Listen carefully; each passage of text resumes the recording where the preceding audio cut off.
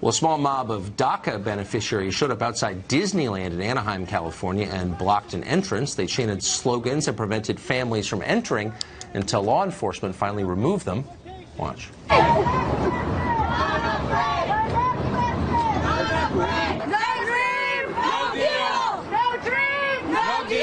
Can you tell me why you guys chose Disneyland? This is where dreams come true, right? Disneyland is where your dreams come true, and we want our dreams to come true. So at least one group of illegal aliens isn't hiding in the shadows. Instead, they're screaming at tourists at an amusement park. Imagine what it takes to act this way. You show up in a country that's far better than the one you left. That's why you came here. Wouldn't you be grateful? These people are not. They're angry. They're entitled. They literally have no right to be in America, but they're full of menacing demands, and not just at Disneyland. We've seen a bunch of demonstrations like this all over the country in the last year.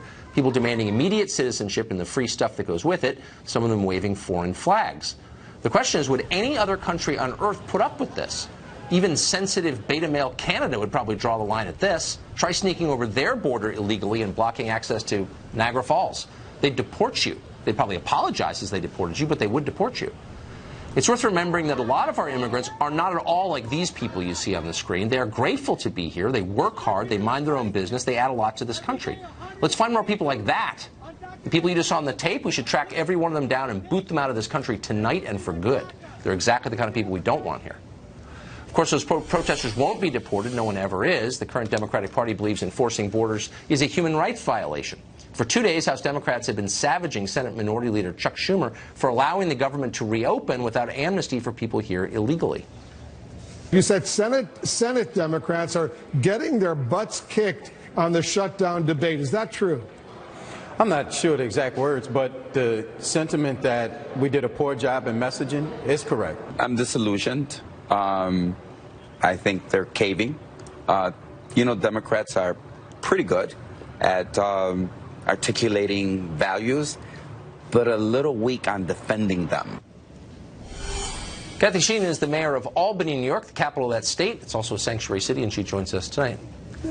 Ms. Mayor, nice to see you. Good to see you. So I can't resist asking about the Disneyland video that we just showed. People here illegally blocking entry to Americans in an amusement park because they're demanding citizenship and free stuff. What country would put up with that other than ours? Well, listen, this is a country that values free speech and the right to protest, and these are young people who feel that they were given a promise and that DACA was a way for them. These are young people who were brought over here as children, not by their choice, as a way for them to have a pathway to citizenship. And this is a great country in that we allow people the freedom to express themselves. Why would we allow foreigners? By the way, why would you want someone in your country who's not grateful to be here, who's demanding of American citizens the right to vote and get benefits? Don't you want people who are grateful to be here and want to add? You know, every immigrant that I've ever met is grateful to be here. That doesn't mean that they're not going to stand up for their rights. And, I joined thousands of people across this country in protests that happened on Saturday from people who were born and raised in this country and who've been here for generations. That is one of the hallmarks of our great society. But they're not Americans, these people. But they have a voice. They have a right to a voice. Just because you're not from here doesn't mean the Constitution doesn't apply to you. If you're here illegally, that's well settled it's not, law. Actually, if you broke our law to get here, you don't have the rights that an American citizen have. Where do those rights come from then? So when you are here, you have constitutionally protected rights, and I think that when we look to polarize this conversation by pointing these people who are here, brought here by their parents, without their choice, and demonizing them, we really turn the conversation to an us versus them. Whoa, slow down. They blocked the entrance to Disneyland, okay? I didn't do that. They did that. Do they bear any responsibility for doing that? And there are Americans who use their right to free speech to block entrances, to shut down roads, and to protest things in this country. Do you see and whether you were born here or you weren't born here, it's not a matter of being born here. You have that right. No, it's a matter of citizenship. Citizenship is meaningful to most Americans. They think you're different if you're a citizen. And they want to be on a path to citizenship. Okay. These are young people who are working hard and who have worked hard. These are people who in the middle of a weekday were blocking Disneyland. So tell me they were working hard. So a new Harvard poll shows that 4 out of 5 Americans, 81% of Americans, want less legal immigration, a lot less. Where were their interests? Where are their interests in the modern Democratic Party? 4 out of 5 Americans of all political parties want less legal immigration. Are you aware of that? Well, and I think that that's really a stunning number, and it demonstrates that we need to do a better job of communicating how important immigration is to our cities and to our country. And, you know, you look at a city like Albany, New York. We have an aging population. A lot of the growth that's happening in our city is happening because of immigration. The #1 complaint I get from employers is that they can't find people to work. And so we've got a real workforce development challenge in the city of Albany and in the capital region, and immigration is helping to fuel that workforce. I wonder, though, I mean, so for example, I was just looking at stats provided by the Albany School District, and I think you've said before that your city's about 40% foreign-born. No, it's about 11% foreign-born, but we have about 40 languages spoken in our schools. 40 languages, my mistake. But that's a pretty high number. So in 2017, of 8th graders in Albany schools, 0% qualified. 0%, according to your stats, qualified in math.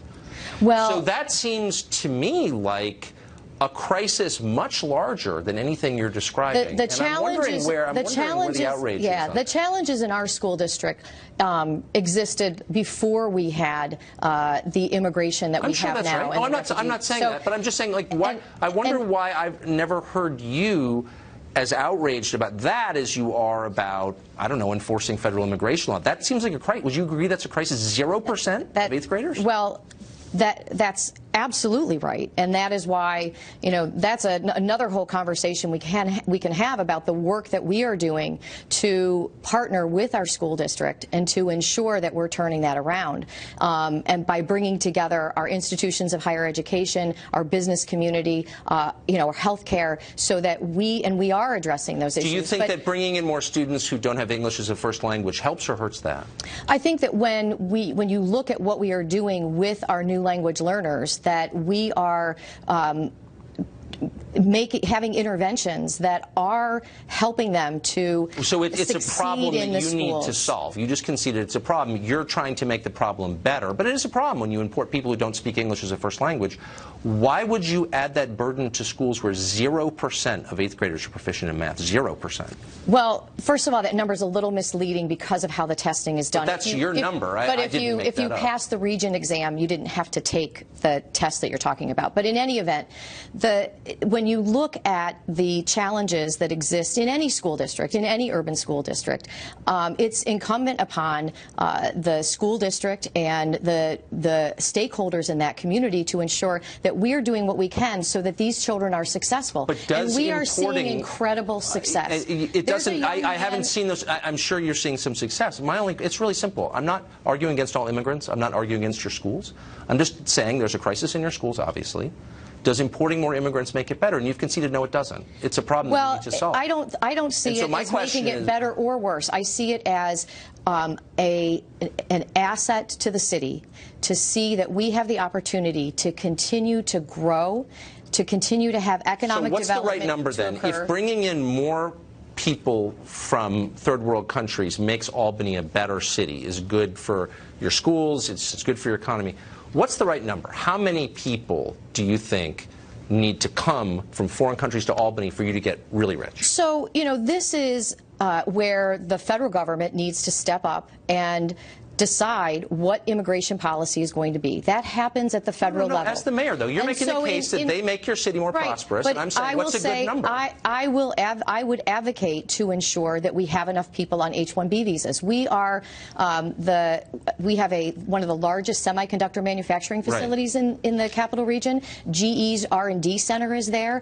I worked for a medical device manufacturer. We used H-1B visas to bring in. We're not actually talking about H-1B visas. It was a totally different category. category. Right, We're talking about poor people like the DACA recipients who are not H-1B people. They're people with lower than average educational attainment. And my simple question was, if more of poor people makes your city richer, what's the good number of poor people to bring? Look, I'm not talking about statistics and numbers. I'm talking about the people who are there, and I'm talking about ensuring that we continue to be a welcoming community for everyone. Okay, well that's a different goal. But I thought you were saying it made the city richer, and I just am skeptical. That's it.